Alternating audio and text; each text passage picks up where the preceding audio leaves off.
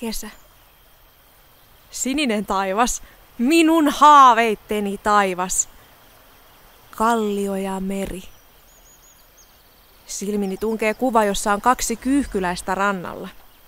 Yksi onnellikka ja herra runoilija, joka on houkutellut nämä 2 kalliolle katsomaan auringon laskua ja aavaa. Siitä hän kuiskuttelee aava sitä ja aava tätä. Mutta mitä heidän 2 välissään on? Mandoliini! He empivät. Eivät siis? No tiedättehän. Kallio.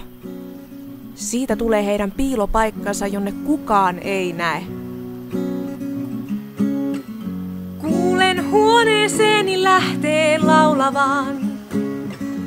Aurinko säteellä köynnys sormella osoittaa sydämeni pohjukkaan. Sydämeni pohjukkaan. Elokuun tuulessa pilvet kulkevat. Näin unta etten uneksi lähteessä. Uneksi lähteessä. Uneksi lähteessä.